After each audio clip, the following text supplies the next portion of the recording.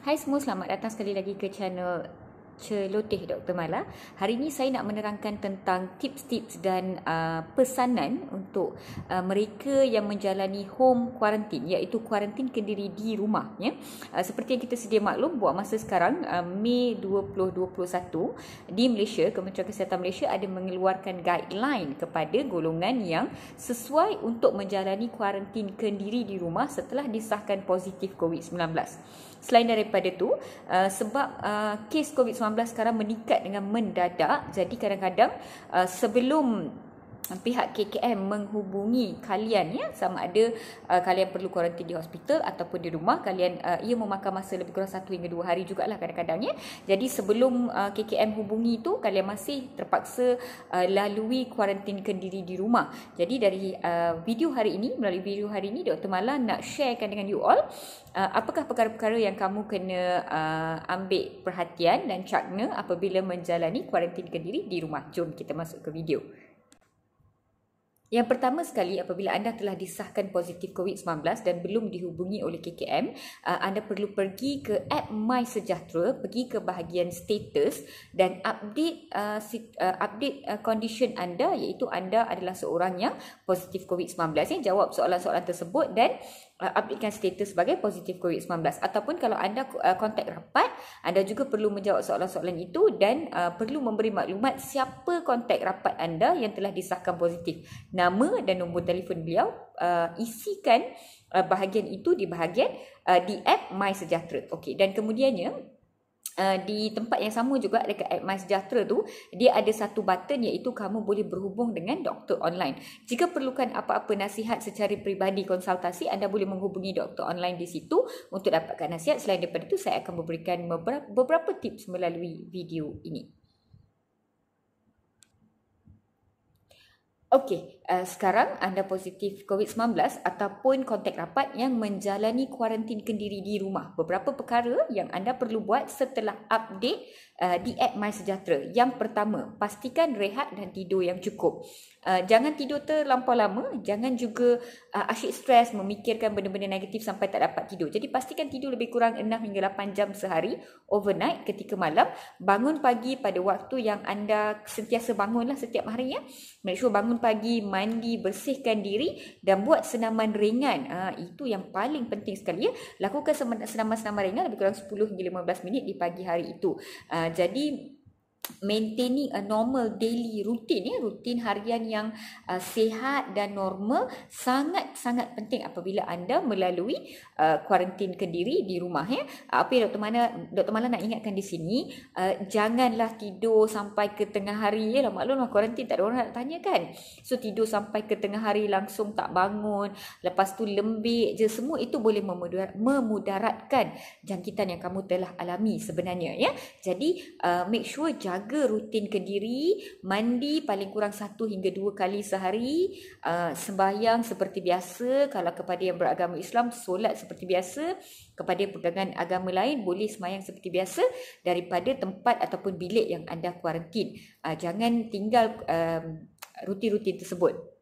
Okey, senaman pagi lebih kurang 10 hingga 15 minit. Okey, selepas itu sebab kamu akan duduk saja di dalam bilik tanpa membuat apa-apa, jadi tengah hari boleh bergerak sedikit dalam masa 3 hingga 4 jam, bergerak, berjalan di dalam bilik, lakukan aktiviti untuk menggerakkan kaki, dan petang pun buat perkara yang sama juga. Okey, bergerak sedikit sebanyak ini sangat-sangat penting sebab kita tak mahu anda hanya duduk ataupun baring dan tidur sahaja sehingga menyebabkan pembentukan darah beku di kaki yang mana disebut deep vein thrombosis. So kita tak nak berlakunya deep vein thrombosis. Macam kalau pesakit yang baru operation ataupun baru bersalin di hospital pun, kita selalu nasihatkan bangun, berjalan, make sure ada pergerakan sebab kita tak nak ada pembentukan darah beku. Sama juga dengan jangkitan COVID-19. Setiap apabila seseorang itu dijangkiti COVID-19, ada risiko 16.5% untuk kamu develop deep vein thrombosis ni. Jadi kena gerak sentiasa. Okey, beberapa tips lain yang penting adalah, okey, yang ketiga, pemakanan yang seimbang dengan air yang cukup. Okey, pemakanan tu dari segi apa? Make sure cukup karbohidrat, cukup protein, ada buah-buahan dan serat dan juga air diambil dalam 3 hingga 4 liter sehari. Okey, kamu boleh minum air kosong, kamu nak minum air kelapa, air barli, boleh, tak ada masalah. Make sure tidak terlampau manis. Dan juga kalau kamu biasa minum teh, minum kopi, minum Milo sebelum ni, boleh tak saya minum juga ketika saya disahkan positif COVID-19, doktor? Boleh. Teruskan rutin kamu yang biasa. Jangan terkejut tiba-tiba berhentikan semua, takut nanti kan biasa setiap hari minum kopi, tiba-tiba berhenti nanti sakit kepala. Jadi boleh minum tapi berpada-pada. Macam 1 gelas kopi ataupun teh sehari should be okay. Gantikan juga dengan air yang banyak, 3 hingga 4 liter yang air yang dalam sehari. Make sure kencing 7 hingga 8 kali sehari. Jadi air pun kena cukup, makanan pun kena seimbang. Selain daripada itu, makanan-makanan yang tinggi kandungan vitamin C seperti buah oren, limau, lemon dan sebagainya pun boleh diambil dengan banyak, tak ada masalah. Kalau anda ada rezeki kuarantin di tempat yang ada tingkap, boleh masuk cahaya matahari, make sure dedahkan diri anda dengan cahaya matahari. Melalui tingkap pun cukup. Bagi cahaya matahari kena sedikit pada kulit supaya kandungan vitamin D seimbang. Memang anda akan mengambil vitamin D melalui pemakanan sebenarnya, ya. Tetapi vitamin D ni dia perlu kena pada cahaya matahari supaya ia bertukar kepada aktif vitamin D komponen di dalam badan. Alright? Okey. Baiklah, organ yang paling banyak terkesan dengan jangkitan COVID-19 adalah paru-paru. Ya, sebab itu jangkitan COVID-19 ni bila masuk ke kategori ketiga, seseorang itu akan dapat jangkitan kuman di paru-paru. Jadi fungsi paru-paru akan makin lama makin berkurang. Jadi ada 2 perkara yang kalian boleh buat ketika menjalani kuarantin kendiri untuk menguatkan paru-paru anda. Yang pertama adalah baring terlangkup, baring di atas dada dan di atas perut anda, baring terbalik lah orang kata, baring terbalik, letak bantal di perut dan juga letak bantal di bahagian leher sehingga ke muka dan baring terlangkup. Alright, kita panggil prone position. Bernafas sebegitu. Kalau tak lama pun tak apa, boleh baring dan bernafas sebegitu dalam masa 30 hingga 40 minit. Lepas tu kamu boleh rehat balik. 3 hingga 4 jam kemudian boleh buat kembali 30 hingga 40 minit baring in prone position dan bernafas sebegitu supaya paru-paru mengembang sehingga ke hujung-hujung alveolar, berkembang dan oksigen sampai ke hujung. Itu yang pertama yang kalian boleh buat. Yang kedua, nak buat exercise paru-paru sikit, ambil belon ni, cari belon dan tiup belon tu sampai besar dan lepas. Tiup belon sampai besar dan lepas. Ini adalah exercise paru-paru. Biasanya kalau di hospital, kita berikan apa yang kita sebut spirometry. Satu alat simple yang kita beri untuk kamu tiup supaya paru-paru kembang. Jadi kat rumah nak cari spirometry susah lah. Jadi just ambil belon birthday tu dan kamu tiup dan lepas. Tiup dan lepas boleh buat dalam 1 hingga 3 minit dan rehat. Setiap 2 hingga 3 jam boleh buat. Ini untuk make sure paru-paru berada dalam keadaan yang perkembangan yang bagus ketika kamu dijangkiti COVID-19 ini. Alright? Perkara berikut yang anda perlu buat apabila kuarantin kendiri di rumah adalah kebanyakan pesakit COVID-19 dia sebenarnya rasa tak sedap, tekak, gatal dan sebagainya. So apa anda boleh buat adalah kumur dengan air antiseptik. Bahan paling mudah adalah air suam dengan garam. Kumur dalam 2 hingga 3 kali sehari. Jangan kumur sampai 7-8 kali sehari sampai terhakis saluran dekat sini. Jangan buat macam tu. 2 hingga 3 kali sehari dah cukup dah.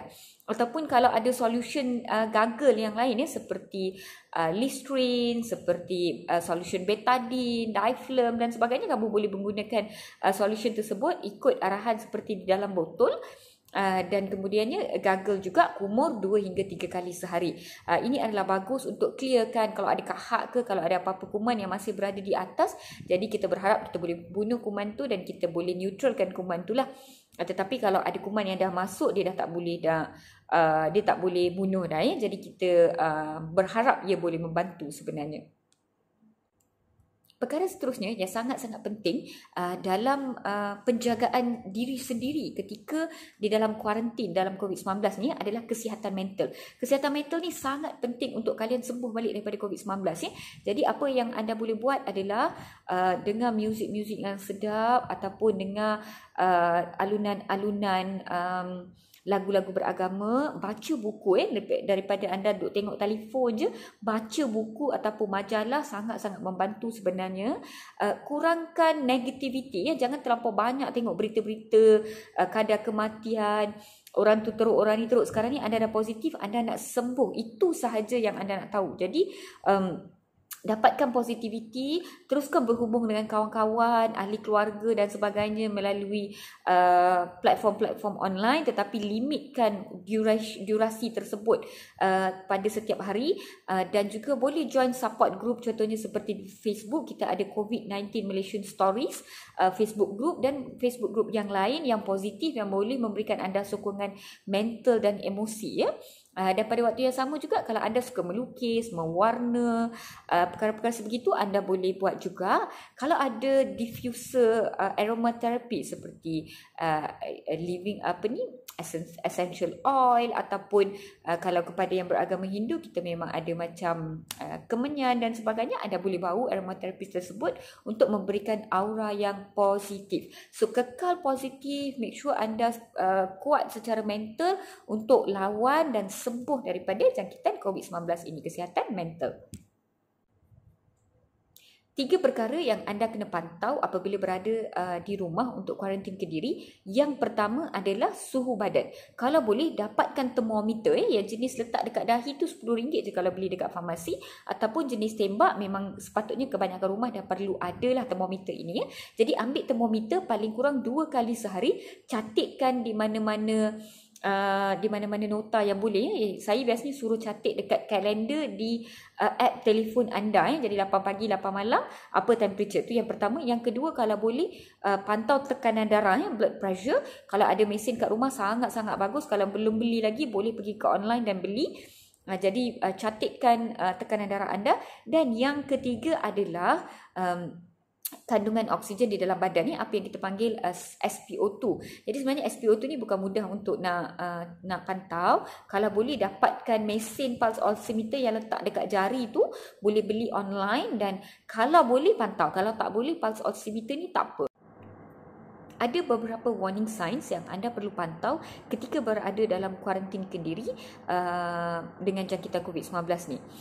Kalau ada warning signs ini, anda perlu menghubungi 999 dengan segera untuk diberi bantuan ataupun nasihat ya. Yang pertama, demam yang berterusan, demam tinggi yang berterusan selama 3 hari, lebih daripada 39 darjah. Itu adalah warning sign sebenarnya ya. Yang kedua, nadi lebih daripada 110, ataupun memang rasa nadi laju ataupun dada berdebar-debar. Ini adalah simptom yang mana menunjukkan bahawa nadi anda laju. Lagi satu adalah kalau ada SpO2, bacaan oksigen yang kurang daripada 95% adalah satu warning sign. Jadi anda kena hubungi 999. Kalau ada blood pressure monitoring, tekanan darah yang kurang daripada 100 mm mercury, ataupun 100 tu bahagian yang atas ya, 100 mm mercury, ataupun 20% kurang daripada bacaan anda yang normal. Contohnya wanita biasanya kadang-kadang macam saya, bacaan blood pressure normal pun memang 100. Jadi 100 tu bukan warning sign lah. Kalau tiba-tiba turun jadi 80, 20% kurang daripada normal, maka itu adalah warning sign. Sekarang dah yang kelima ya. Yang kelima adalah dehydration ataupun kering. Memang rekah bibir, lidah kering, kotak, minum air pun tak boleh, air kencing yang pekat ya, warna koko pekat, very dehydrated, itu adalah salah satu warning sign. Yang keenam, sakit perut yang sangat kuat, dan yang ketujuh, confused ya, jadi macam tak normal kadar kesedaran dia, rasa macam pelik, rasa macam confused kejap, lepas tu okey balik. Ini semua adalah warning sign apabila anda menjaga diri anda sendiri ataupun ahli keluarga yang lain dalam kuarantin kendiri di rumah. Kalau ada salah satu ataupun lebih daripada satu daripada mana-mana 7 warning signs ini, anda perlu menghubungi kecemasan 999 dengan segera. Right? Beberapa perkara yang jangan buat ketika di dalam kuarantin kendiri. Yang pertama, jangan tinggalkan bilik ataupun ruang yang anda kuarantin kecuali dengan nasihat perubatan. Contohnya, anda nak pergi jumpa doktor ataupun anda memang mendapat arahan untuk pergi ke PKD ataupun CAC, maka anda boleh tinggalkan bilik. Kalau tak, jangan. Yang kedua, jangan jangan keluar daripada kuarantin selagi belum dapat arahan daripada pihak berkuasa. Biasanya daripada pejabat kesihatan daerah ataupun CAC. Yang ketiga, jangan share apa-apa peralatan persendirian anda dengan ahli keluarga yang lain, seperti garpu, pinggan, sudu, tuala, bantal, selimut dan sebagainya. Kalau boleh tandas pun tandas yang asing kalau rumah ada fasiliti. Kalau tak boleh, memang terpaksa share tandas, okey, terpaksa share tandas, tapi pastikan anda pun bersihkan selepas penggunaan, dan pengguna seterusnya pun sanitize dan bersihkan sebelum penggunaan mereka. Dan yang paling jangan buat adalah jangan berjumpa dengan ahli keluarga yang lain, makan dekat dalam hall, bersalam, berpeluk dan sebagainya selagi anda belum habis kuarantin kendiri di rumah. Ini adalah do not do. Jangan sesekali buat. Setelah tamat tempoh kuarantin kendiri di rumah, pastikan semua permukaan dibersihkan dengan solution sanitizer. Anda boleh gunakan solution seperti cecair seperti Clorox ataupun sanitasi yang lain yang berada di mana-mana pasaraya, dan bersihkan semua permukaan, cuci semua kain, peralatan yang telah digunakan, dan biarkan ia kering untuk paling kurang 24 jam sebelum ruang itu digunakan kembali oleh orang lain. Dan pastikan anda pun keluar dan dapatkan udara dan juga exposure kepada cahaya matahari di luar setelah anda habiskan kuarantin kendiri, dan recharge balik diri anda dari segi positive aura, positive vibes. Jangan blame diri anda ataupun orang lain yang beri jangkitan ini kepada anda. Hanyalah ambil iktibar daripada jangkitan ini supaya ia tidak berlaku kembali, anda tidak dijangkiti kembali dan anda tidak menjangkiti orang lain pula sekali lagi. Dan kepada semua yang tengok video ini sekarang, jika anda buat masa ini berada dalam kuarantin kendiri dan telah disahkan positif COVID-19, Dr. Mala dan tim mengucapkan semoga urusan anda dipermudahkan, semoga anda semua sembuh daripada jangkitan ini secepat mungkin, sebaik yang mungkin, dan semoga kita semua keluar daripada jangkitan dan pandemik ini secepat yang mungkin. Kita jaga kita. Celoteh Dr. Mala, jangan lupa tekan button subscribe, like dan follow, dan dapatkan notification untuk video-video seterusnya yang saya akan uploadkan di channel ini. Stay safe korang. Bye.